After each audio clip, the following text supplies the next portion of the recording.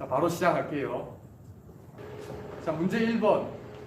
가슴막, 심장막, 복막 등을 구성하는 상피 조직은 혹시에 지금까지 어떻게 출제가 됐는지부터 말씀드릴게요. 자, 지금 1번 문제는 상피 조직 관련된 문제인데 48회 국시에는 중층 편편 상피가 출제가 됐어요. 이렇게 예를 줬고요. 그 다음에 중층 편편 상피 관련해서 또 어떤 정보를 힌트로 제시했냐면 물리화학적 자극에 대한 보호라고 힌트를 줬었습니다. 그게 48회 국시에 상피 조직 관련해서 나온 중층 편편 상피에 대한 설명이었어요. 그 다음에 49회는 뭐가 나왔냐면 이때는 상피 조직을 묻지 않았고 결합 조직이 시험에 나왔습니다. 나중에 기출 문제를 한번 풀어보시면 알겠지만 결합 조직 뜻이 뭔지를 시험에서 물었어요. 그 뜻을 힌트로 주고 여러분이 이제 결합 조직을 보기 중에서 찾는 문제였어요. 그 다음에 작년에는 뭐가 나왔냐? 단층 입방 상피가 시험에 나왔습니다. 그리고 예로는 뭐가 제시됐냐면 갑상샘 소포, 난소 표면, 침샘 등의 분비샘이라고 힌트를 줬어요. 그렇게 주고 보기 중에서 단층 입방 상피를 답으로 고르는 문제였습니다. 자, 지금 1번 문제 다시 보시면 가슴막, 심장막, 복막 등을 구성하는 상피 조직이라고 되어 있는데 모의고사 문제는 지금 제가 드린 자료하고 보기 순서가 좀 다릅니다. 순서도 다르고 보기도 좀 달라요. 근데 이 제가 수강 자료로 드린 그 문제의 보기들은 48회랑 50회 국시에 보기로 출제됐던 상피 조직들이, 그래서 이 보기들을 우선적으로 알고 계시면 다른 것도 당연히 외우긴 외워야 됩니다만 이 보기들을 알고 계시면 좀 더 확률 높게 대비가 되지 않을까 생각을 해서 제가 보기를 이렇게 구성을 했습니다. 일단 정답은 3번에 있는 단층 편편 상피가 답이죠. 자, 단층 편편 상피로 또 나올 수 있는 거 정리해 보겠습니다. 일단 문제에 나와 있는 가슴막, 심장막, 복막 당연히 기억을 하셔야 되고 거기에 더해가지고 얘로 뭐를 기억하시냐면 이렇게 기억을 해두세요. 가슴막, 심장막, 복막에다가 허파과리, 그 다음에 혈관 내피, 림프관 내피 이렇게가 단층 편편 상피에서 물어볼 수 있는 예라고 생각을 합니다. 보기 1번에 이행상피는 먼저 뜻을 좀 알고 계셔야 되는데 이행상피가 왜 이행상피냐면 생리적인 상태에 따라서 상피 조직 이루고 있는 세포 층수나 아니면 세포의 모양이 변합니다. 일단은 이행상피 뜻도 기억을 하시고 그 외에 뭐도 기억하시냐면은 이행상피를 볼 수 있는 곳을 기억하셔야 돼요. 우선은 요 4개 정도만 기억하셔도 시험 치시는 데는 크게 지장이 없지 않을까 생각을 합니다. 콩팥, 깔때기, 요관, 방광, 요도 전부 다 비뇨계통에 속하는 기관인데 얘네들이 이행상피로 구성이 되어 있습니다. 얘를 잘 기억해 두시고요. 보기 5번 거짓 중층 선모 원주상피 보겠습니다. 기관의 점막이나 기관지 점막은 호흡계통과 관련이 있잖아요. 우리가 숨을 들이쉴 때 이물질 같은 게 당연히 기도를 통해서 우리 몸속에 들어올 수 있는 겁니다. 그런데 여기 보시면은 선모라고 하는 구조가 기관 점막이나 기관지 점막에 발달해 있어 가지고 일종의 그 이물질들을 좀 걸러주는 역할을 합니다.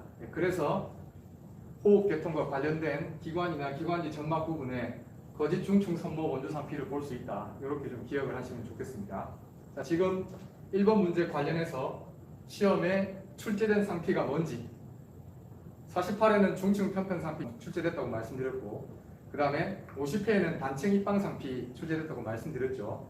올해 지금 1번으로 나와 있는 가슴막, 심장막, 복막 그 다음에 앞서서 제가 허파과리, 혈관 내피, 림프관 내피 요걸 예로 주면서 단층 편편 상피를 물어보는 문제가 출제될 수 있다고 생각합니다. 1번은 꽤 괜찮은 문제라고 생각을 해요. 그러니까 국시에 출제된 문제를 그냥 그대로 가져온 게 아니고 나름대로 조금 변형을 해서 문제를 만들었단 말이에요. 그런 이유에서 문제 1번이 여러분이 보게 될 시험에서 단층 편평상피를 고르는 문제로 얼마든지 나올 수 있다고 생각을 합니다. 그리고 보기 1번에 있는 이행상피하고 보기 5번에 있는 거짓중충 선모 원주상피도 제가 예로 말씀드렸지 않습니까? 이 얘들도 같이 기억을 해두시면 이행상피, 단층 편평상피, 거짓중충 선모 원주상피 얘네들이 얼마든지 시험에 나왔을 때 답으로 하실 수 있지 않을까 생각을 합니다. 자, 이번 문제 보시죠. 뼈에서 돌출된 부위를 일컫는 용어는 46회 국시에 거의 비슷한 문제가 출제됐습니다. 지금 보기 1번 길, 그 다음에 보기 2번 패임, 보기 3번 틈새 얘네들은 돌출된 부위가 아니고 소위 말해서 들어간 부위, 그러니까 함몰된 부위를 가리키는 용어들이죠. 그래서 답이 안 되고 그 다음에 지금 보기 4번에 결절이라고 되어 있고 보기 5번 거칠면이라고 되어 있는데 결절도 튀어나와 있는 부위가 맞고 그 다음에 거칠면도 튀어나와 있는 부위가 맞아요. 그래서 이번 문제는 답이 두 개가 돼야 됩니다. 결절도 답이 되고 그 다음에 거칠면도 답이 돼야 돼요. 3번 문제 보겠습니다. 가장 먼저 폐쇄되는 숫구멍은 아직 국시에 출제되지는 않았어요. 숫구멍은 일단 두 가지를 물어볼 겁니다. 시험에서. 일단 3번 문제에 나와 있는 거와 마찬가지로 숫구멍이 여러 종류의 숫구멍이 있는데 그 숫구멍이 폐쇄되는 순서를 기억하는 것. 그러니까 어떤 시기에 폐쇄되는가.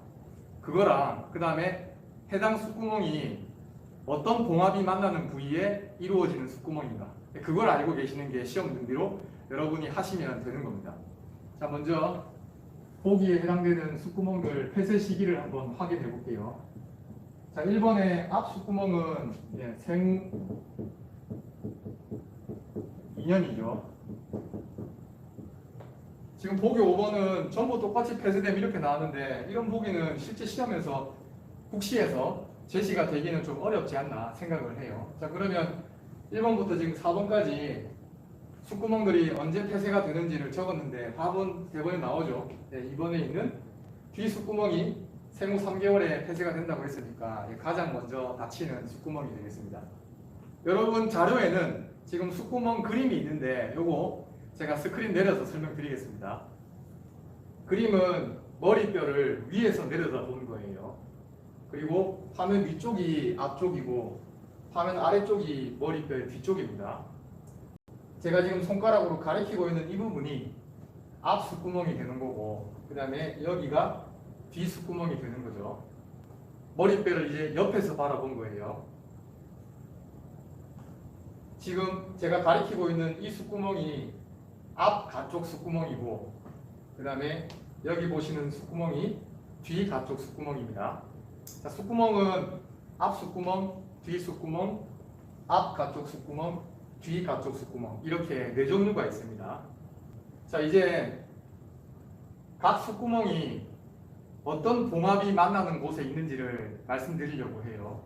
우선은 봉합에 대한 설명부터 먼저 드리겠습니다. 자, 이 그림은 머리뼈를 위에서 바라본 거예요. 화면 위쪽이 머리뼈의 앞쪽이고 화면 아래쪽이 머리뼈의 뒤쪽이에요.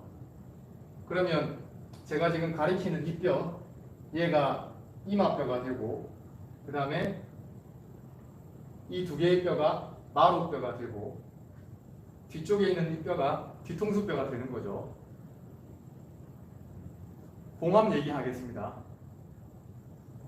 이마뼈하고 마루뼈 사이에 있는 봉합, 얘를 관상봉합이라고 하죠.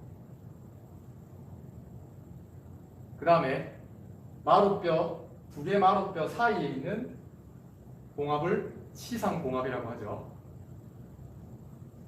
그 다음에 마루뼈하고 뒤통수뼈 사이에 있는 봉합을 시옷봉합이라고 하죠.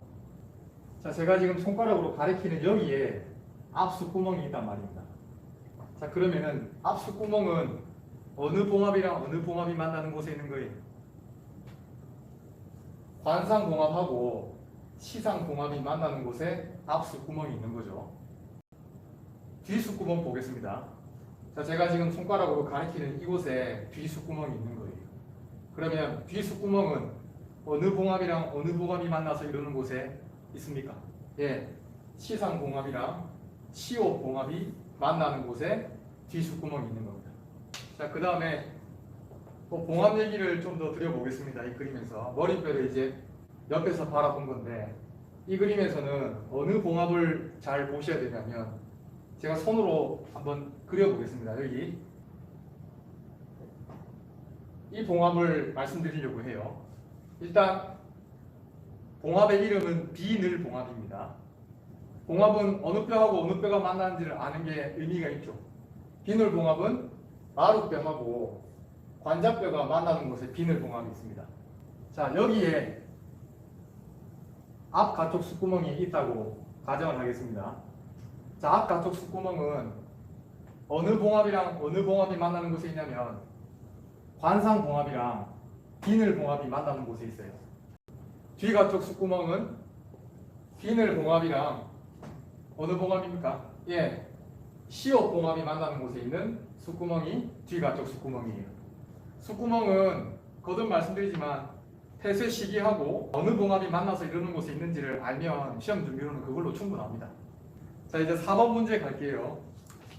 거위발 힘줄을 구성하는 근육으로 옳은 것은 묻고 있는데, 답은 대번에 찾습니다. 네, 답은 2번으로 넙다리 뒷근, 그 다음에 두덩 정강근, 그 다음에 반막 힘줄근. 실제 혹시에 출제된 이 근육 이름을 보면 그냥 뭐라고 주냐면 반 힘줄근이라고 줘요.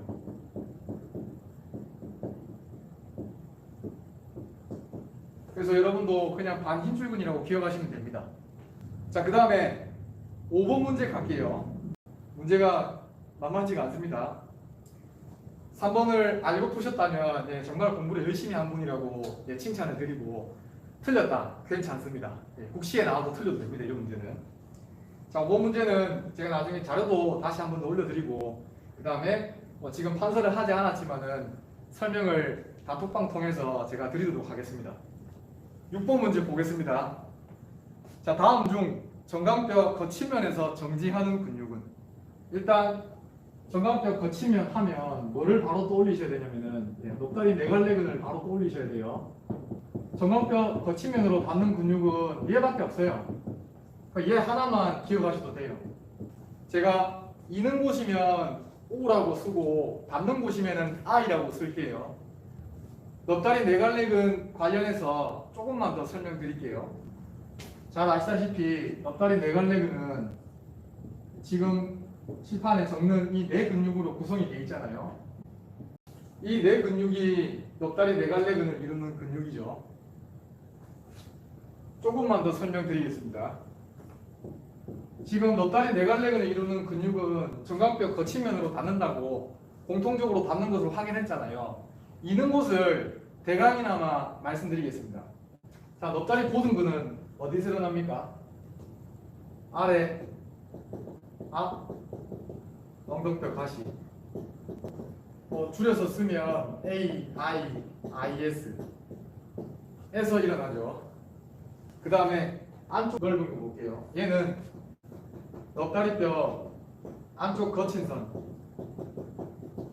선에서 일어납니다. 그 다음에 가쪽 넓은 거는 가쪽 거친 선에서 일어나요. 그 다음에 중간 넓은 근 대강으로 기억해 두십시오. 넙다리뼈 몸통 앞면이에요. 자, 조금 더 설명드릴게요. 지금 넙다리 네갈래근을 이루는 네 근육을 확인했는데 이는 곳을 지금 봤잖아요. 자, 안쪽 넓은 근, 가쪽 넓은 근, 중간 넓은 근은 안쪽 거친 선, 가쪽 거친 선, 넙다리뼈 몸통 앞면에서 일어난다고 했어요. 그냥 뭉뚱그려서 말씀드리면 안쪽 거친 선이나 가쪽 거친 선이나 넙다리뼈 몸통 앞면은 전부 다 어디 있는 겁니까? 어느 뼈에 있어요? 넙다리뼈에 있죠. 근데 넙다리 보등근 잘 보시면 아래, 앞, 엉덩뼈 가시에서 일어난다고 했잖아요. 다시 말해서 넙다리 네갈래근을 이루는 근육 중에서 넙다리 보등근만 유일하게 볼기뼈에서 일어나요. 나머지 근육은 전부 다 넙다리뼈에서 일어나고. 6번의 답은 4번 넙다리 보등근이죠. 자, 7번 관절의 유형 중 안장관절은 문제를 풀기에 앞서서 관절계통에서 물어보는 내용 정리해 볼게요. 자, 먼저 뭐를 좀 알고 계시면은 좀 전체적으로 그림이 그려지냐면 관절 분류를 알고 계시면은 좋습니다. 자, 관절 분류는 여러분 뼈하고 뼈가 만나는 곳을 관절이라고 하잖아요. 뼈하고 뼈가 만날 때 그 사이에 뼈하고 뼈가 만나는 그 사이에 어떤 조직이 들어있는가 가지고 관절을 분류하거든요. 자, 섬유 조직, 섬유 관절. 그 다음에 연골 관절. 그 다음 윤활 관절. 크게는 섬유, 연골, 윤활로 구분해요. 뼈하고 뼈 사이에 섬유 조직이 있으면 섬유 관절인 거고, 뼈하고 뼈 사이에 즉 관절의 이런 부분에 연골 조직이 들어있으면 또는 연골이 들어있으면 연골 관절인 거고, 그 다음에 윤활 관절의 경우는 윤활액이 들어있는 거죠. 그러면 윤활 관절이라고 부릅니다. 조금 더 들어가 보겠습니다. 자, 섬유 관절은 이 세 가지를 또 기억하셔야 돼요. 자, 봉합, 그 다음에 인대결합, 그 다음에 못박이 관절, 그 다음에 연골 관절 또 분류를 해볼게요. 연골 관절은 크게 둘로 나눠볼 수 있어요. 자, 섬유 연골, 결합, 그 다음에 유리 연골 결합. 구분하는 기준은 연골 중에서 관절 부위에 섬유 연골이 들어있으면 섬유 연골 결합이라고 하는 거고, 관절 부위에 연골은 연골인데 유리 연골이 들어있으면 유리 연골 결합이라고 하는 거예요. 모의고사에 한 번씩 어떻게 이 용어가 제시가 되냐면 섬유 연골 관절, 유리 연골 관절 이렇게 제시되는데, 그렇게 기억하시지 말고 실제 국시에 섬유 연골 결합, 유리 연골 결합이라고 나왔어요. 그러니까 여러분도 국시에 나온 용어대로 기억하십시오. 유리 연골 결합의 얘는 굳이 기억 안 하셔도 좋고, 섬유 연골 결합의 얘는 두 개를 기억하십시오. 뭐가 있냐면 척추뼈,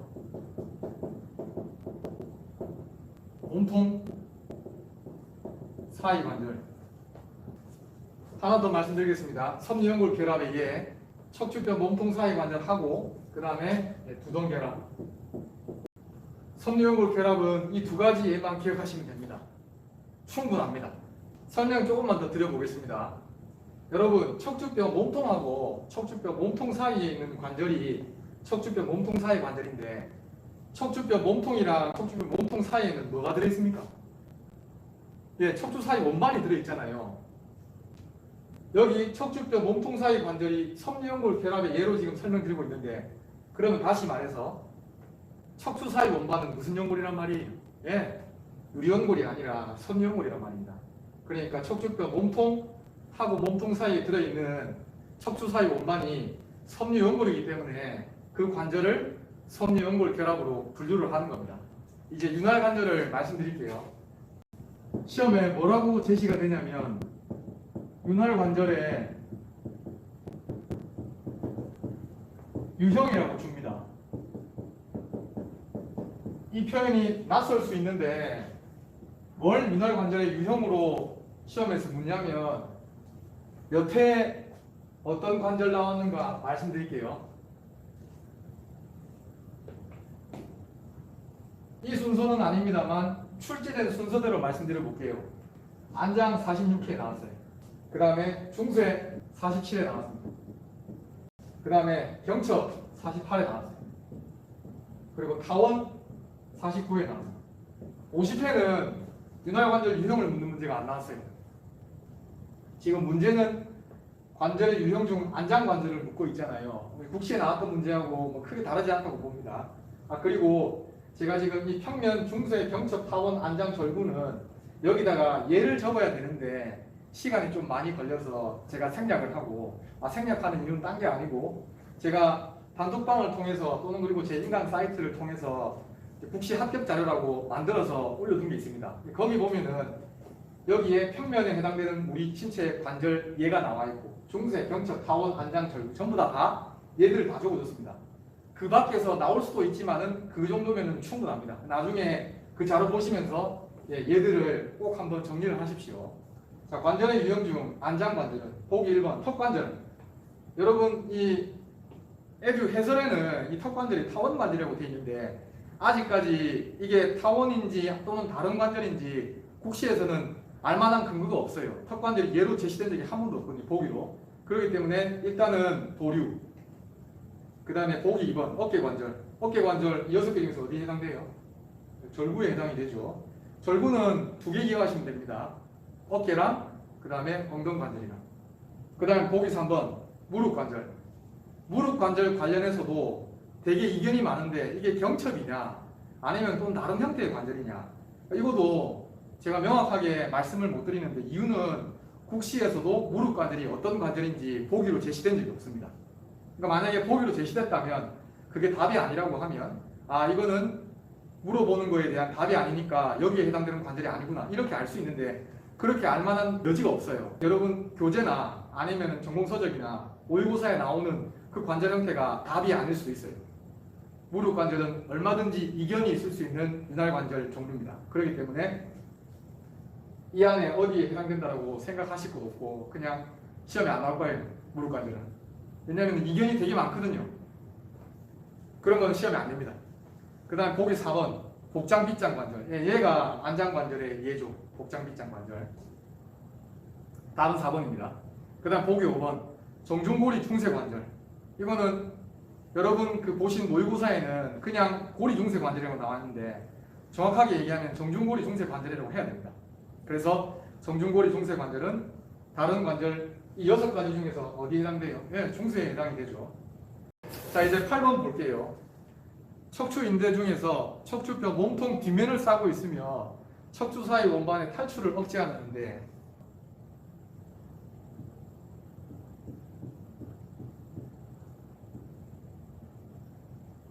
이 코입니다. 코. 그 다음에 뒤꿈치 부분은 머리카락이고 그러면 위에서 아래로 내려다 본 거죠. 그걸 지금 여기서 그림으로 그리려고 해요. 칠판의 위쪽이 앞쪽인 겁니다. 코가 있으니까요. 다시 위에서 아래로 내려다 본 거고 칠판의 위쪽이 앞이에요.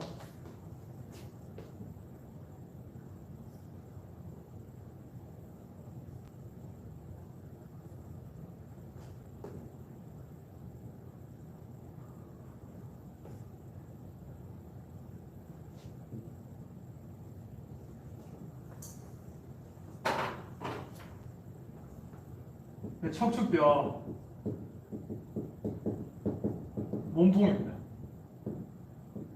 척추뼈 몸통이 앞쪽에 있잖아요. 다시 척추뼈 하나를 위에서 아래로 내려다 본 거예요. 그리고 칠판 위쪽이 앞이라고 했습니다. 그 다음에 그림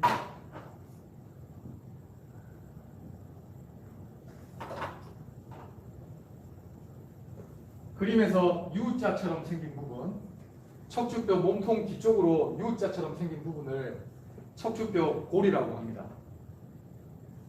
자, 척추뼈 골이는 둘로 구분할 수 있는데 여러분 제가 지금 여기 뒤꿈치고 있는 곳 있죠? 이게 뭐냐면 이건 정확하게 몰라도 괜찮습니다. 그냥 기준이 되는 지점인데 관절돌기라고 하는 부분이에요.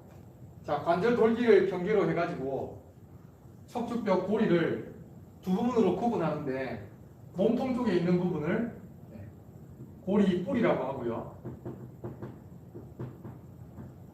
그 다음에 뒤쪽으로 이어진 진짜로 U자처럼 생긴 부분 여기를 고리판이라고 합니다. 여러분들은 고리판의 위치를 봐두십시오. 요건 뭐겠어요? 가쪽으로 그리고 이게 가로돌기고 그 다음에 얘가 가시돌기가 되겠죠. 척추뼈를 아주 단순하게 나타내면 이렇게 나타낼 수 있어요. 그 다음에 하나만 더 설명드리겠습니다. 자, 별표 친구. 중요해서 별표 친 건 아니고 이 부분을 설명드리려고 해요. 여러분 척추뼈 몸통, 그 다음에 척추뼈 고리 사이에 구멍이 생기잖아요. 이 별표가 이름이 척추뼈 구멍입니다. 척추뼈 구멍 절로 뭐가 지나갑니까? 예, 척수가 통과하죠. 포함된다는 뜻으로 집합기호를 쓴 거예요. 네, 척추뼈 구멍으로 척수가 통과한다. 여러분, 척추뼈는 여러 개가 기둥 모양으로 이렇게 쭉 세워져 있잖아요.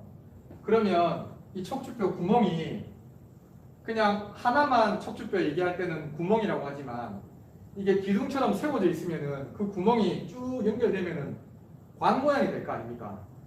그러니까 척추뼈 구멍이 여러 개가 합해졌을 경우에 그거는 척추관이 되는 겁니다. 요 그림에 제목을 붙이자면 척추를 또는 척추를 보강하는 인대 정도가 됩니다. 인대들을 번호로 표시했어요. 어디서 바라보면 이렇게 보이는 겁니까? 예, 오른쪽 가쪽에서 바라보면 척추뼈 3개가 연결된 게 이렇게 보이는 거죠. 화면 오른쪽이 앞쪽이고 화면 왼쪽이 뒤쪽입니다. 자, 1번 척추뼈 몸통, 얘네들이 척추뼈 몸통입니다. 하나, 둘, 셋. 몸통에 앞쪽을 싸고 있는 인대죠. 이게 뭐예요? 1번 앞 세로인대입니다. 2번 보겠습니다. 척추뼈 몸통이라고 했으니까 척추뼈 몸통 뒤쪽으로 싸고 있는 게 2번이라고 돼 있어요. 그럼 당연히 2번 뭐예요? 예, 뒤세로인대가 되는 거죠. 3번 보겠습니다. 자, 3번은 정확하게 어디에 위치하는지를 조금 파악하기가 어려울 수 있는데 이 3번은 일단은 인대 이름이 황색인대입니다. 황색인대. 자, 황색인대는 이웃한 척추뼈의 고리 판 부분을 연결해주고 있어요. 시험에서 황색인대가 49회 국시에 나왔는데 제가 조금 전에 말씀드렸던 그 정보를 힌트로 제시했어요. 이제 4번 보겠습니다. 여러분, 제가 손가락으로 가리키는 이건 뭡니까? 척추뼈의 가시돌기잖아요. 그죠? 4번은 가시돌기하고 가시돌기 사이에 있으니까 가시 사이 인대입니다. 마지막으로 5번 볼게요. 얘는 가시돌기 끝에 있잖아요. 그래서 5번은 가시 끝인데요. 가시 끝인데 1번하고 2번은 얘 인대가 하는 기능을 알고 있니? 이걸 시험에서 물었거든요. 인대는 원래 역할이 움직임이 과하게 일어나지 못하게끔 제한해주는 역할을 해요. 자, 그러면 앞 세로인대는 척추를 굽힐 때 아니면 척추를 펼 때 어떨 때 앞 세로인대가 팽팽해지겠어요? 예, 척추를 만약에 굽히면 앞 세로인대는 쭈글쭈글해질 거 아니에요. 근데 척추를 이렇게 핀다고 하면 어떻습니까? 앞 세로인대가 팽팽해지겠죠. 그렇다는 말은 척추의 과도한 펴을 제한한다고 할 수 있겠죠. 2번 뒤세로인대는 어떻겠습니까? 예, 얘는 척추를 펴면 오히려 쭈글쭈글해지고 척추를 이렇게 앞쪽으로 굽히면 이 뒤에 있는 뒤세로인대가 팽팽해지겠죠. 맞습니까? 즉 뒤세로인대는 척추의 과도한 굽힘을 제한하는 겁니다. 하나만 더 말씀드릴게요. 여러분, 뒤세로인대 바로 앞쪽에 여기 척추뼈 몸통 사이에 보면 척추 사이 원반이 들어있잖아요. 그죠? 아까 뒤세로인대 하는 역할이 뭐라고 했습니까? 척추가 과하게 굽혀지는 걸 제한한다고 했잖아요. 척추가 굽혀지면 당연히 이 척추 사이 원반은 어디로 밀립니까? 뒤쪽으로 밀리잖아요. 근데 뒤세로인대가 잡아주니까 척추 사이 원반이 뒤쪽으로 밀리지 못하게 해준단 말이에요. 그래서 지금 문제 보시면 척추인대 중에서 8번 문제입니다.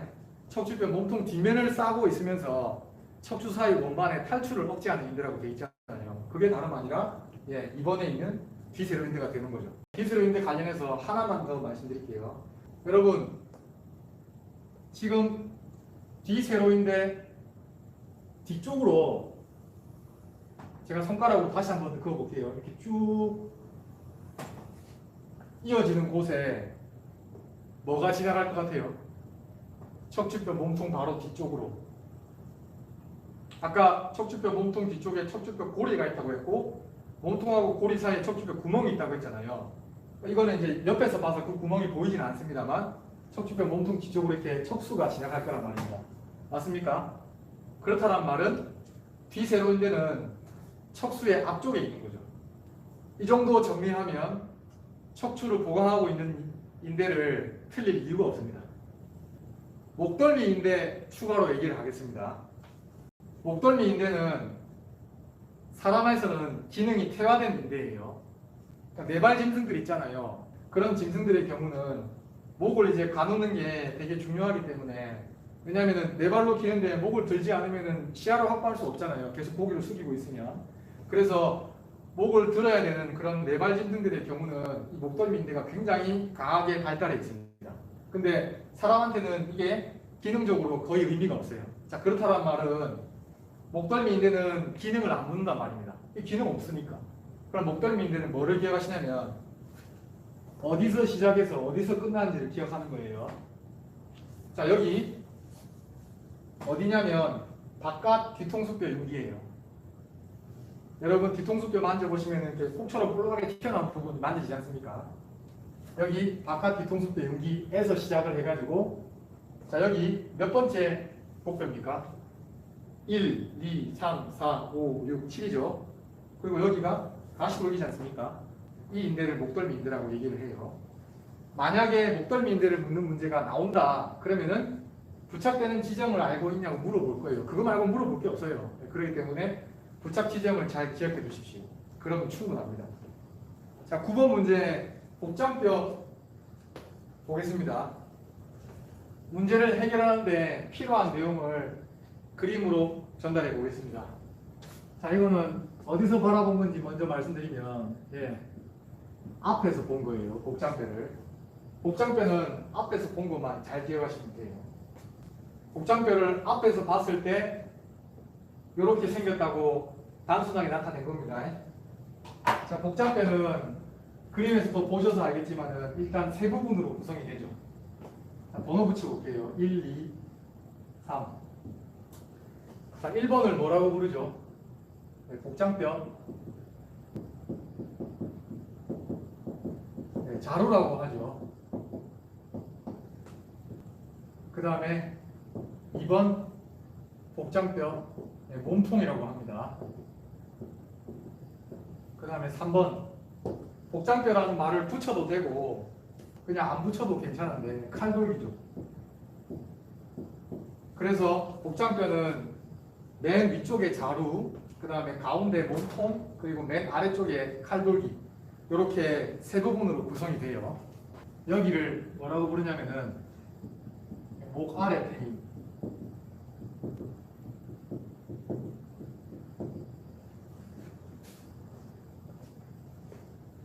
그 다음에 여러분 복장뼈는 어느 뼈랑 관절합니까? 갈비뼈 말고 다른 뼈.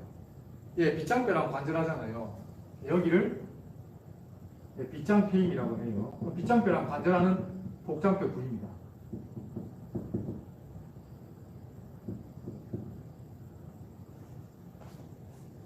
그 다음에 이미 답을 말씀드렸는데 갈비뼈하고도 관절하잖아요. 복장뼈 가운데 양가쪽으로 이제 갈비뼈가 붙는단 말이에요. 그래서 갈비뼈랑 관절하는 부분을 갈비페임이라고 하죠.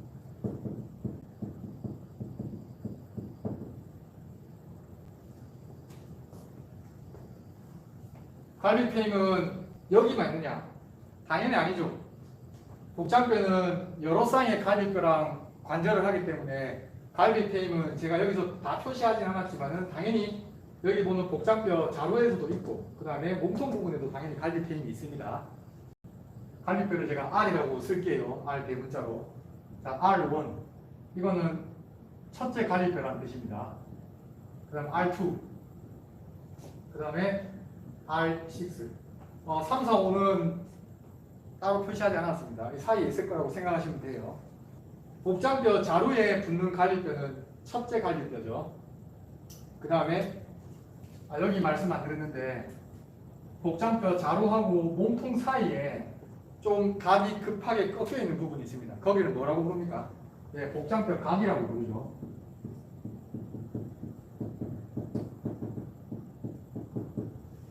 복장뼈 양 가쪽으로 두 번째 갈비뼈가 와서 붙습니다. 제가 복장뼈 양 가쪽으로 두 번째 갈비뼈가 붙는다 라고 했는데, 복장뼈 그 두 번째 갈비뼈는 복장뼈 자루에도 붙는 거고, 그 다음에 복장뼈 몸통에도 붙는 거죠.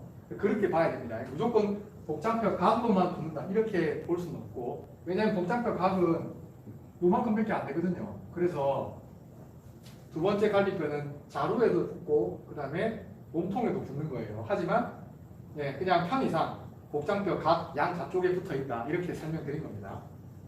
그 다음에 2번은 몸통이었고 3번은 칼돌기라고 했잖아요. 몸통이랑 칼돌기 경계 부분에 6번째 갈비뼈가 붙어요. 사람마다 좀 다를 수 있는데 그냥 이렇게 합시다. 크게 무리 없습니다. 자, 요거 가지고 문제 한번 풀이해 보겠습니다.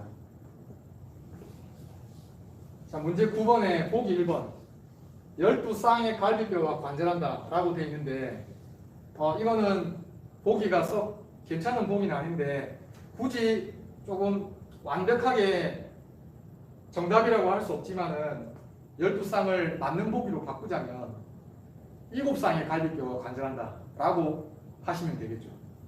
그러니까 모든 갈비뼈가 다 복장뼈에 붙지는 않거든요. 이 갈비뼈 관련해서도 제가 설명을 좀 드리겠습니다. 문제를 풀고. 그 다음에 2번, 어쨌든 1번 답이 안 되고, 2번 복장뼈 자루는 복장뼈의 아래 부분이 있다. 자루는 위에 있었죠. 땡. 3번 자루 몸통 벼돌기가 아니죠. 칼돌기로 구성이 됩니다. 3번. 벼돌기는 어디서 볼 수 있습니까? 벌집뼈에서 볼 수 있죠. 그 다음에 4번 복장뼈 몸통에 목 아래 패인, 빗장 패인, 갈비 패인. 그림에서 보시면 목 아래 패인, 빗장 패인, 갈비 패인 전부 다 볼 수 있는 복장뼈 부위는 어디예요? 몸통이 아니라 자루죠, 자루. 그래서 복장뼈 몸통 보기 4번은 복장뼈 몸통이 아니라 자루라고 해야 맞습니다. 그 다음 나머지 이제 5번밖에 안 남았는데 5번은 이제 답처럼 봅시다. 칼돌기는 촉지 가능하며 가로막과 배 고등근이 부착한다. 촉지가 가능하다는 것도 알고 계시고, 그 다음에 가로막도 부착을 하고 배 고등근도 부착합니다. 그 점도 같이 기억을 해 두십시오. 답은 5번입니다. 자, 갈비뼈 얘기를 드린다고 했는데 지금 에듀 해설에 보면 이 갈비뼈와 관련된 내용이 잘못 나와 있어요. 확실하게 정리합시다. 자, 갈비뼈 일단은 크게는 참갈비뼈랑 그 다음에 거짓갈비뼈로 나누죠.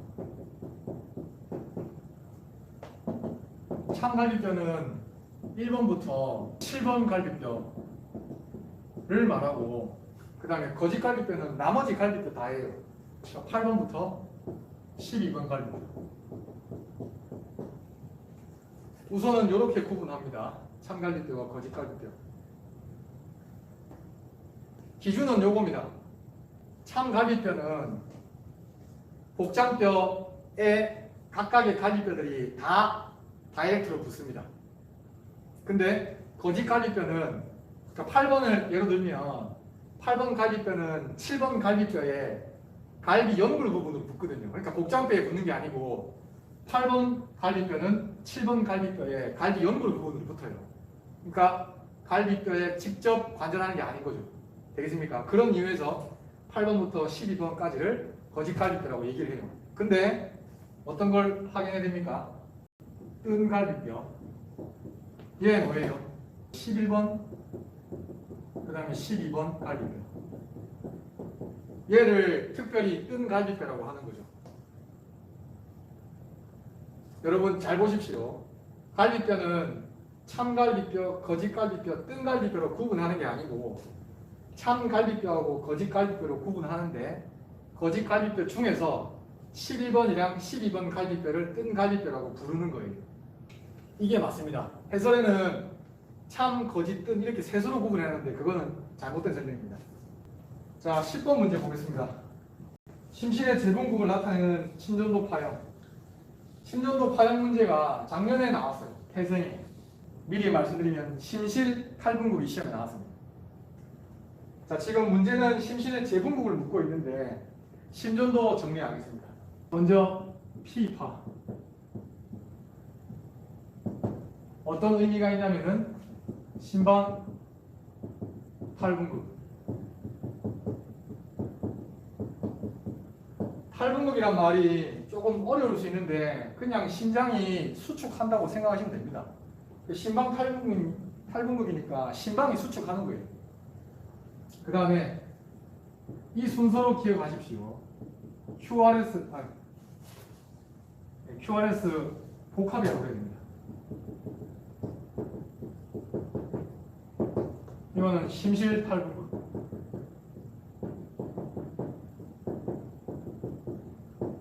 (50대) 국시에 심실 탈분국 나왔다고 했죠. 그 QRS 복합을 답으로 하면 됐었어요. 그 다음에 T파.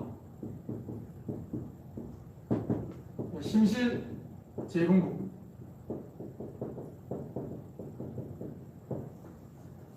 재분국은 이것도 말이 조금 어려울 수 있는데 그냥 이완이라고 생각하시면 됩니다. 탈분국은 수축이고 재분국은 이완. 이렇게 쉽게 생각합시다. 왜냐면은 신장은 말 그대로 신장 근육으로 돼 있으니까 수축 이완이라고 해도 크게 문제가 될 만한 표현은 아니거든요. 그래서 심실 또는 심방의 탈분국은 심방이나 심실이 수축한다. 심실 재분국은 심실이 이완한다. 이렇게 보시면 됩니다. 그 다음에 지금 보기 중에 있는 거 정리해 볼게요. 일단은 P, QRS, T 이렇게 확인했고 PQ 간격이랑 QT 간격은 지금 글로만 봐서는 외워야 될 것 같은데 중요한 거는 뭐냐면 P파, QRS 복합, T파를 알고 있는 게 중요해요. 시험에 심실 탈분국 나왔다고 했잖아요. 그리고 회생은 아니었지만 P파는 진단평가에 나온 적이 있습니다. 심방 탈분국을 이제 답으로 고르는 문제로. 그러면 지금 문제 10번처럼 심실 재분국이 여러분이 보는 시험에서 나올 가능성이 꽤 높다고 보는 거죠. 그러니까 지금 이 에듀 1회 모의고사는 어느 정도 기출 문제를 분석하고 난 뒤에 만든 문제가 좀 있습니다. 그래서 꽤 괜찮은 문제들이 있어요. 우리가 보고 충분히 활용할 만한 올해 시험에서. 자, 이제 PQ 간격이랑 QT 간격은 그림 보면서 말씀드리겠습니다. 색깔로 구분해 놓은 부분부터 먼저 말씀드릴게요. 자, 녹색 부분이 지금 P파라고 되어 있잖아요. 아까 P파는 뜻이 뭐였습니까? 심방의 탈분국이었죠. 그 다음에 QRS가 색깔을 다르게 이제 구분해서 보여주고 있는데 그냥 QRS 복합이라고 보시면 되고 QRS 복합은 어떤 뜻이 있었습니까? 심실의 탈분국이었죠. 그 다음에 T파는 여기 파란색으로 지금 표시가 되어 있거든요. 요 그림 나중에 제가 단톡방에 드리겠습니다. 판서에서 말씀드렸던 부분을 이 그림 통해서 한 번 더 확인해 보세요. 자, T파는 파란색이라고 했습니다. T파는 뜻이 뭐였어요? 심실의 재분국이었죠. 정리합니다. P파 심방 탈분국, QRS 복합 심실 탈분국, 그 다음에 T 심실 재분국. 일단 이 세 개만 제대로 파악을 하고 나면은 그 다음에는 좀 쉽습니다. 자, 이제 PQ 간격이랑 보기에 나와 있는 QT 간격 확인해 볼게요. 아까 PQ 간격 뭐라고 했어요? PQ 간격이 심방 탈분국부터 심실 탈분국 전까지, 시작 전까지 걸리는 시간이라고 했잖아요. P가 심방 탈분국이잖아요. 맞습니까? 그 다음에 Q가 QRS 복합의 이제 시작인데 QRS 복합은 심실 탈분국이라고 했지 않습니까? 근데 PQ 간격은 보니까 QRS 복합을 전부 다 포함하는 게 아니라 P파부터 QRS 복합 시작하기 전까지잖아요. 그죠? 그러니까 심방 탈분국부터 심실 탈분국이 시작되기 전까지가 PQ 간격이에요. 그 다음에 QT 간격 보겠습니다. 자, QT 간격은 QRS 복합이 시작되는 지점부터 어디까지입니까? T파가 끝나는 지점까지잖아요. 그걸 QT 간격으로 줬잖아요. QT 간격의 뜻이 제가 뭐라고 말씀드렸어요? 심실 탈분국부터 심실 탈분국하고 그 다음에 심실 재분국에 걸리는 시간. 자, QRS 복합이 심실 탈분국이었고 T파가 심실 재분극이었지 않습니까? 근데 T파 이제 끝나는 지점까지가 QT 간격이라고 했으니까 심실 탈분극이 시작되는 지점 포함해가지고 심실 재분극이 끝나는 지점까지가 QT 간격이란 말이에요. 되겠습니까? PQ나 QT 간격보다 더 중요한 건 뭐라고 했어요? P, QRS, T 이 세 개를 정확하게 아는 게 중요합니다. 만약에 회생에서 문제가 나온다고 하면은 P나 QRS나 T를 줄 거예요. 네, 그렇게 잘 알고 계시면은 PQ랑 QT도 충분히 이해가 됩니다. 자, 11번 백혈구에 대한 설명으로 옳은 것은 백혈구 정리해 볼게요.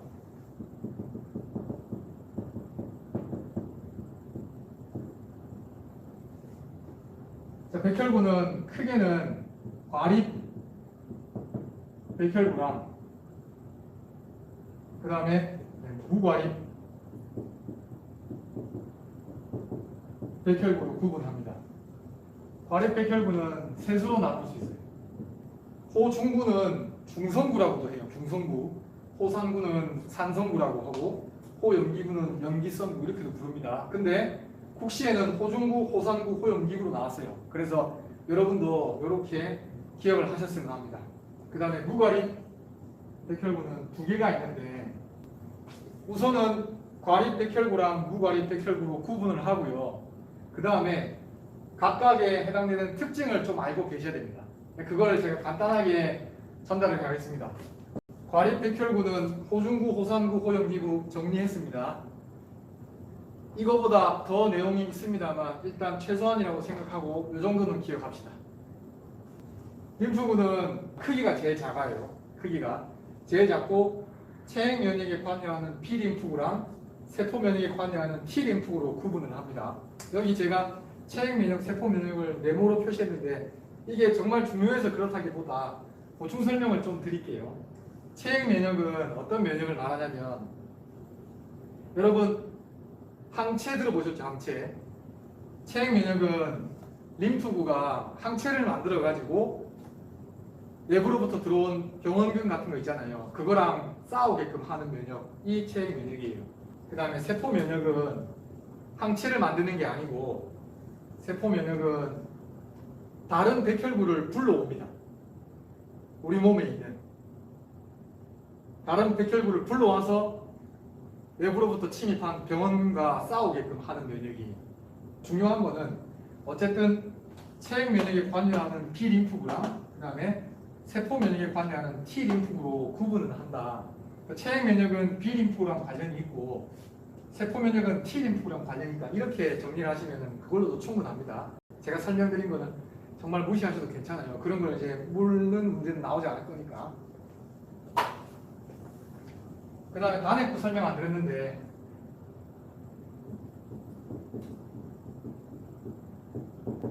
단핵구는 가장 큽니다. 크기가 백혈구 중에서 제일 커요.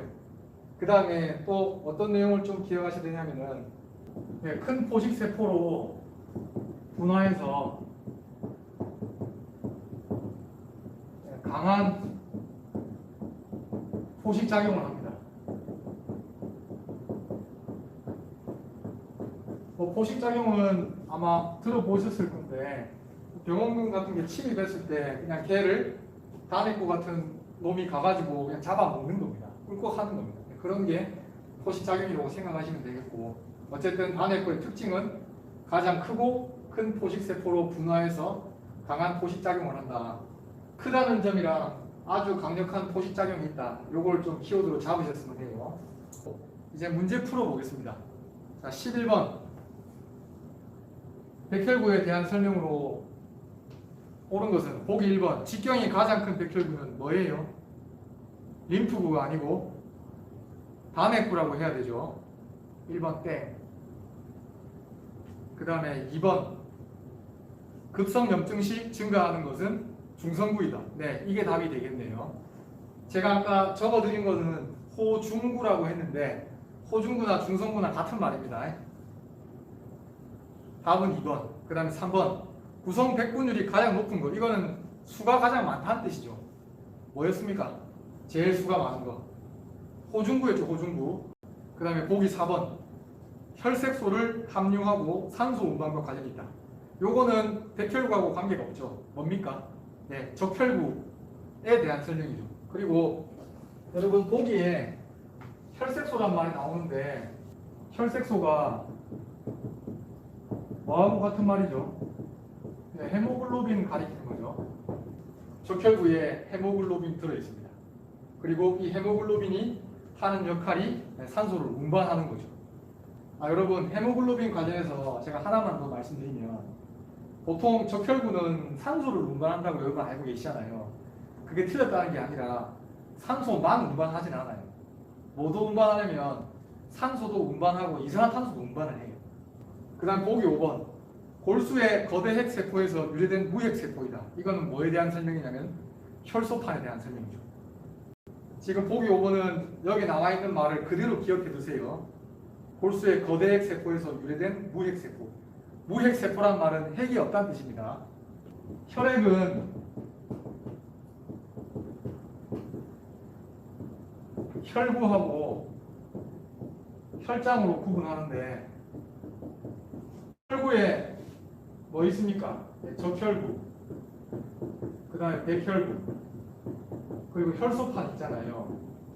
이게 혈구라고 하는 애들인데 백혈구만 핵이 있습니다. 적혈구랑 혈소판은 핵이 없어요. 그래서 적혈구, 혈소판은 이제 무핵세포라고 얘기하는 거죠. 12번 가겠습니다. 12번은 제가 설명드릴 게 없습니다. 모의고사 해설에 있는 내용을 보시고 그것만 가지고도 충분할 것 같고 그 다음에 출제될 가능성이 그렇게 높지 않다고 봅니다. 12번 같은 문제는 풀이는 따로 하지 않겠습니다. 12번 답은 3번입니다. 그 다음에 13번의 답은 4번 유리체입니다. 유리체. 안구의 구조 중에서 뭐를 좀 아셔야 되냐면 안구 방수 하고 유리체를 좀 알고 계셔야 됩니다. 자, 13번까지 확인을 했고요. 14번 문제 보시죠. 뼈대 근육과 민무늬 근육 조직을 모두 볼 수 있는 곳은 이 문제도 그렇게 출제가 될 만한 문제는 아니라고 보는데 뭐 시험 범위에 포함이 안 됐다라고는 할 수 없지만은 조금 지역적일 수도 있는 문제라고 생각을 합니다. 정리만 좀 할게요.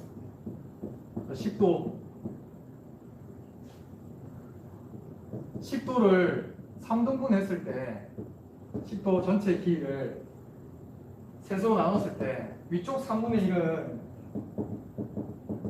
뼈대 근육으로 구성이 되어 있고요. 중간 3분의 1 뼈대 근육하고 민무늬 근육이 섞여 있습니다. 그 다음에 이제 아래쪽 3분의 1이 되겠죠.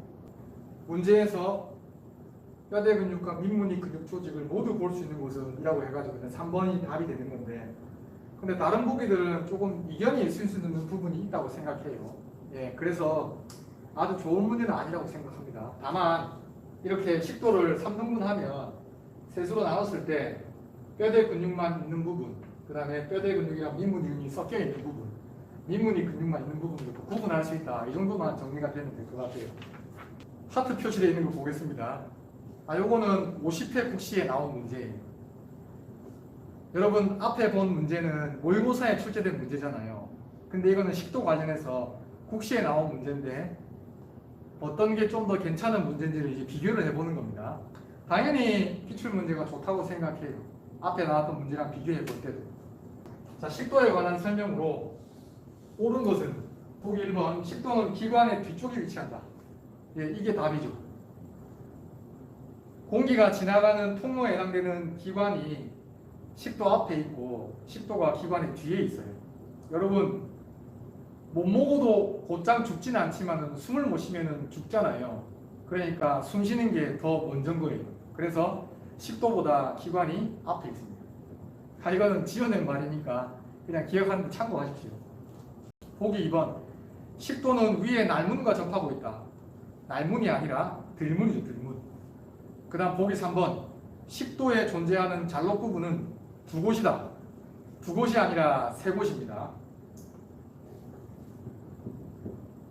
자, 요거를 식도의 생리적 협착부라고 불러요.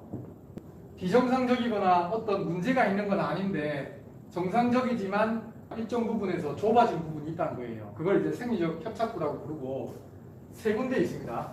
인두하고 식도, 경계부가 첫 번째 생리적 협착부고 그 다음에 기관 관리부.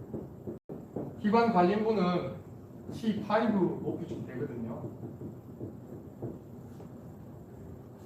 기관이 내려오다가 기관지로 갈라지잖아요. 그 지점을 이제 기관 갈림부라고 하는데 그게 다섯째 등뼈 높이쯤 돼요.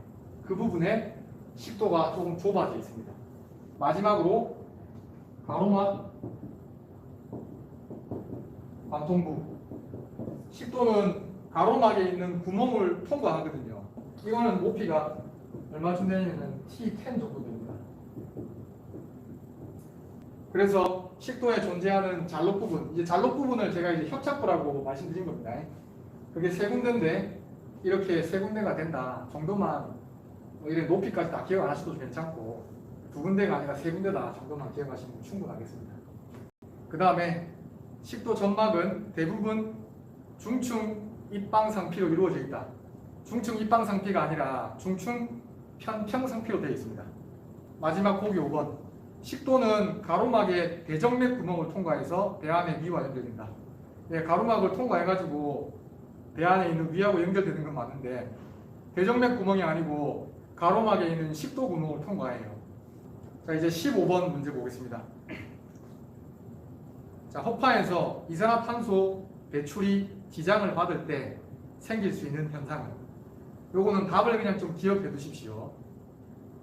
여러분, 이산화탄소가 체내에 축적이 되잖아요.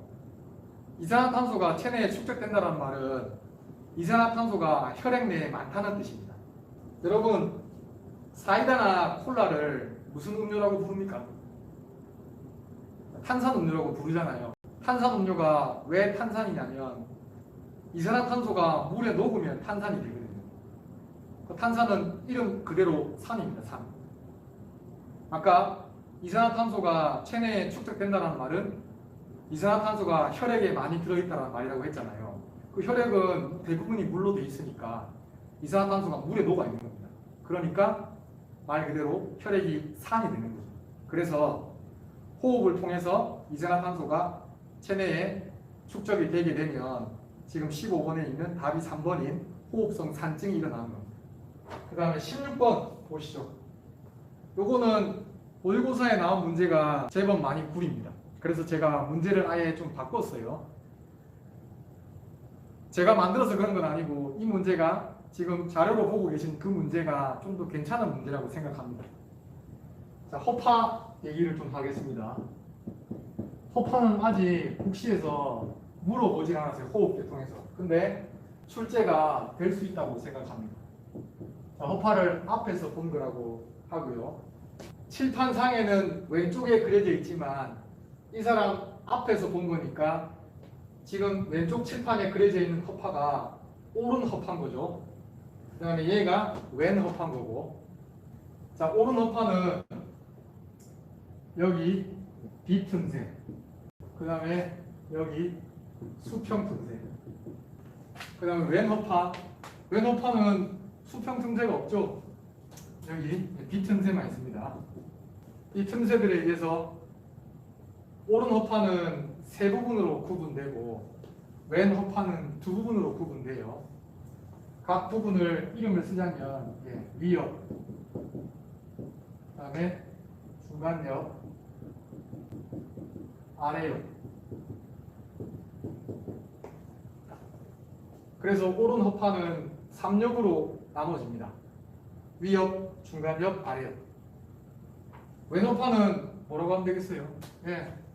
위옆, 그 다음에 아래옆. 그렇게 하시면 됩니다. 자, 왼 허파는 두 개 옆으로 구분됩니다. 자, 오른쪽 세 글자니까 3옆, 왼쪽 두 글자니까 2옆. 이렇게 기억해도 기억이 잘 되실 겁니다. 그 다음에 왼 허파에서 설명드리지 않은 부분 말씀드릴게요. 여기 뭐냐면은 심장 페인이에요. 여러분 잘 아시다시피 심장이 약간 왼쪽으로 치우쳐 있다고 하잖아요. 그래서 그 위치 때문에 왼 허파가 이렇게 일부분이 패여 있는 겁니다. 그리고 그 부분은 이제 신장 패입이라고 하는 거고, 그 다음에 여기 이 부분을 뭐라고 하냐면은 뭐 꼭 그렇게 생기진 않았지만 제가 그림을 아주 잘 그리진 않아가지고 여기 뭐라고 하냐면은 허파혀라고 해요. 저 부분이 혓바닥처럼 생겼대요. 그래서 허파혀라고 부릅니다. 자, 16번 왼 허파의 특징이에요. 오른 허파가 아니고. 자, 1번 3옆이 아니고 2옆이라고 했죠. 네. 그 다음에 2번 허파혀. 예, 왼 허파에서 허파혀를 볼 수 있었네요. 그래서 답은 일단 2번이 되고, 그 다음에 3번 19역이라고 되어 있는데 허파는 이렇게 위옆, 중간옆, 아래옆 또는 위옆, 아래옆 이런 식으로 옆으로도 구분하지만은 구역으로도 구분해요. 근데 보통 오른 허파는 10개 구역으로 구분하고, 그 다음에 왼 허파는 9개 구역으로 구분합니다. 근데 정확하지 않아요. 전문가들마다 의견이 다릅니다. 왼 허파도 10개 구역으로 구분하는 사람도 있대요. 전문가들이 볼 때. 그러니까 몇 개 구역으로 구분되는지는 시험에 안 나오겠죠. 이견이 많이 있을 거니까. 만약에 올해 국시에 10개 구역, 9개 구역 이거 가지고 문제가 나왔다. 근데 그게 답을 하는 굉장히 결정적인 보기가 됐다. 그것 때문에 틀렸다. 그럴 경우는 바로 국시원에 이의를 제기하는 겁니다. 여기서 굳이 쉽게 10개 구역이 아니라 9개 구역으로 구분한다고 치면은 당연히 보기 3번도 10구역이 아니라 9구역이라고 해야 맞겠죠. 그래서 틀린 보기. 그 다음 4번 수평 틈새. 왼 허파는 비틈새만 있죠. 수평 틈새는 오른 허파에 있어요. 그 다음에 5번 오른 허파보다 부피가 10분의 1 더 큼. 여러분 그림상으로도 봐도 어떻습니까? 제가 여기다가 보조선을 한번 그어보면 원래는 이렇게 돼 있었다고 볼 수 있잖아요. 근데 심장 때문에 이렇게 패이면서 오른쪽에 있는 허파보다 전체 부피가 한 10분의 1 정도가 왼 허파가 작습니다. 그래서 보기 5번 오른 허파보다 부피가 10분의 1 더 큼이 아니라 더 작다라고 해야 맞겠죠. 그 다음에 17번 가겠습니다. 여러분 17번은 제가 정리해가지고 단톡방에 드리겠습니다. 왜냐하면 요거는 그냥 좀 암기를 하셔야 되거든요. 그래서 뭔가 이해를 도울 만한 내용이 별로 없습니다. 자, 18번 다음 중 티록신, 트리오드 티로닌, 칼시토닌을 분비하는 기관은, 요것도 여러분이 많이 보셨다면 모의고사 문제하고 좀 다르게 돼 있을 거예요. 제가 좀 내용 바꿨는데 어쨌든 티록신, 트리오드 티로닌, 그 다음에 칼시토닌 분비한다는 걸 가지고 이제 답을 찾으셔야 되는데, 티록신하고 칼시토닌 관련해서만 설명드릴게요. 자, 티록신 같은 말로 갑상선 호르몬이라고 해요. 문제에 왜 티록신이라고 썼는지 아시겠죠? 갑상선 호르몬 주면은 공부 안 해도 갑상선 찾을 거 아닙니까? 그래서 갑상선 호르몬을 주지 않고 티록신이라고 준 거예요. 갑상선 호르몬은 46회 국시에 나온 적이 있습니다. 내용 한번 확인해 볼게요. 티록신 또는 갑상선 호르몬이랑 칼시토닌은 어쨌든 갑상샘에서 분비되는 호르몬입니다. 그 부갑상선 호르몬은 당연히 부갑상샘에서 분비가 되고 작용은 여기 적어놓은 대로 혈중 칼슘의 농도를 높이는 거예요. 18번의 답은 2번 갑상샘이 되겠습니다. 그 다음에 19번 문제 가겠습니다. 자, 각막 반사는 솜으로 각막을 자극하면 양쪽의 눈둘레근이 수축하는 반사를 말한다. 반사의 저하나 소실이 나타날 때 어느 신경 손상을 의심할 수 있는가? 지금 모의고사에 출제된, 모의고사에 나온 보기하고 지금 다르게 구성했습니다. 모의고사는 답이 2개가 돼요. 그래서 답이 하나만 되게끔 보기를 바꿨습니다. 말 그대로 각막을 보호하기 위한 반사작용인데 3차 신경 첫째 갈래. 3차 신경은 3갈래로 나눠지잖아요. 여기 3차 할 때 차 있잖아요. 차. 이게 한자인데 이거를 우리말로 풀면 갈래입니다. 그래서 3차 세 갈래로 갈라지는 신경이라고 해서 첫째 갈래, 둘째 갈래, 셋째 갈래로 갈라지기 때문에 3차 신경이라고 부르는 거고 3차 신경의 첫째 갈래는 뭐예요? 눈신경이죠. 뭐 참고로 둘째 갈래는 위턱 신경이고 셋째 갈래는 아래턱 신경이고 그렇게 됩니다. 자, 감각 반사는 각막에 자극이 가해졌을 때 3차 신경 첫째 갈래인 눈신경을 통해서 자극이 전달되고 그 다음에 얼굴신경을 통해서 눈둘레근을 수축시킨 다음에 눈을 감게 하는 각막을 보호하는 반사다. 그럼 결국 각막 반사에 문제가 있다. 그랬을 경우에 어떤 신경하고 관련이 있냐? 그러면 3차 신경도 답이 되고 그 다음에 얼굴신경도 답이 되는 거잖아요. 그래서 여러분이 푸셨던 모의고사의 답이 3차 신경, 얼굴신경이 다 같이 답이 되는 거죠. 그 다음에 20번 문제, 요거도 뭐 따로 설명드릴 게 없습니다. 일단 20번의 답은 1번입니다. 자, 21번 문제 풀어볼게요. 활동 전이가 일어나는 동안 두 번째 자극이 아무리 강하더라도 새로운 활동 전이가 발생하지 않는 현상은 요거는 46회 국시에 출제된 문제하고 똑같아요. 지금 정리된 내용을 보시면 상대 불응기하고 절대 불응기인데 답은 일단 절대 불응기가 되는 거죠. 절대 불응기 어떤 뜻을 가지고 있는지 기억하시고 절대 불응기는 시험에 한번 나왔으니까 상대 불응기를 물어볼 수도 있지 않겠나 생각을 하고 상대 불응기도 여기 정리된 내용 정도로만 알고 계시면 문제는 충분히 해결이 가능하다고 봅니다. 그 다음에 여기 분극, 탈분극, 재분극, 과분극이란 말이 있는데 제가 설명을 드리려고 준비는 했습니다만 그게 국시에는 그렇게 중요하게 그러니까 내용 자체가 중요하지 않다는 건 아닌데 출제가 될 여지가 좀 적다. 그리고 출제가 된다고 하더라도 만약에 문제를 꽤 어렵게 낸다. 그러면은 맞추기가 쉽지 않을 수도 있다고 생각을 해요. 그런 문제는 그냥 틀린다고 생각하고 일단 여기 정리된 내용 정도로만 기억을 좀 하시는 겁니다. 저하고 같이 한번 확인해 볼게요.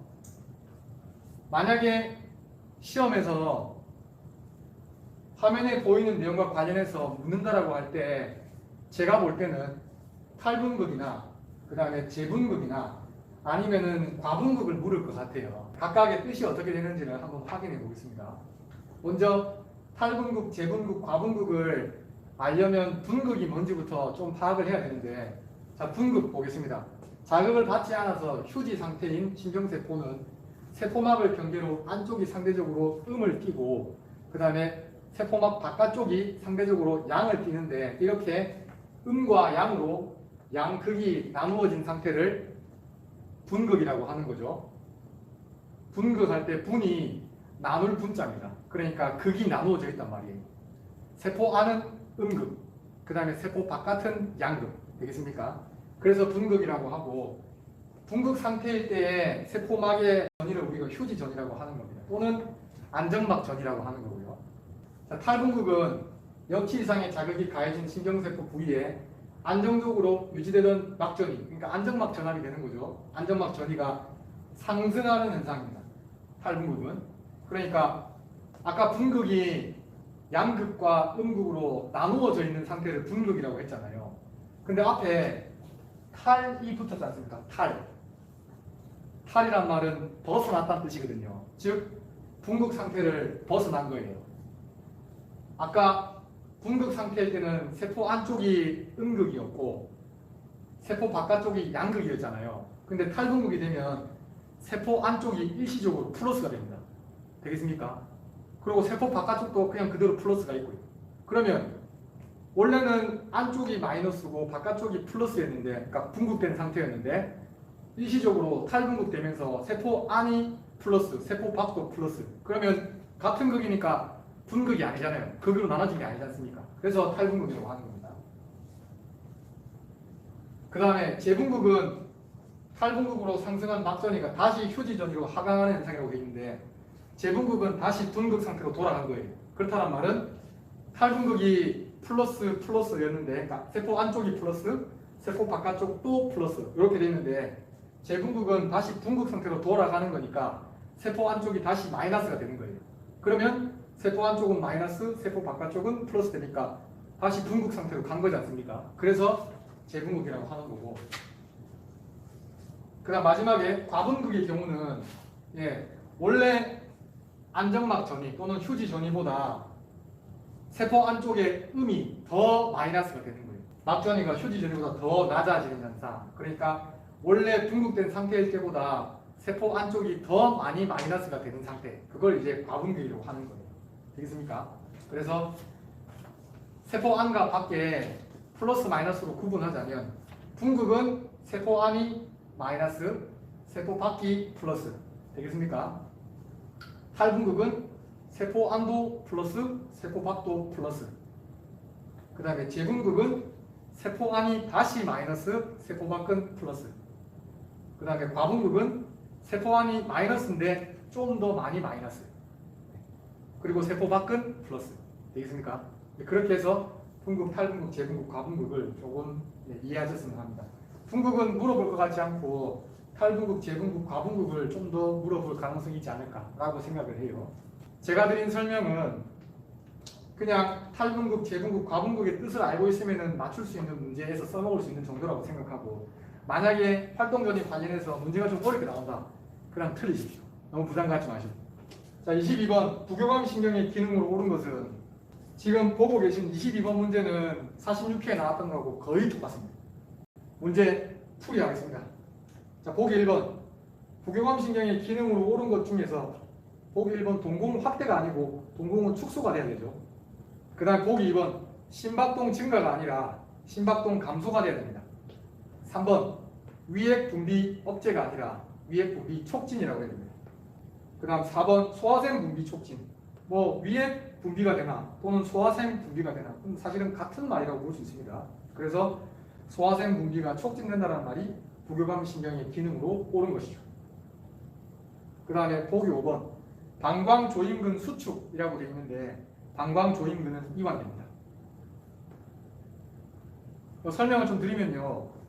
방광조임근은 얘가 수축하면 말 그대로 배뇨를 억제하거든요. 그러니까 소변을 보고 싶다는 생각이 별로 안 들게 만드는 겁니다.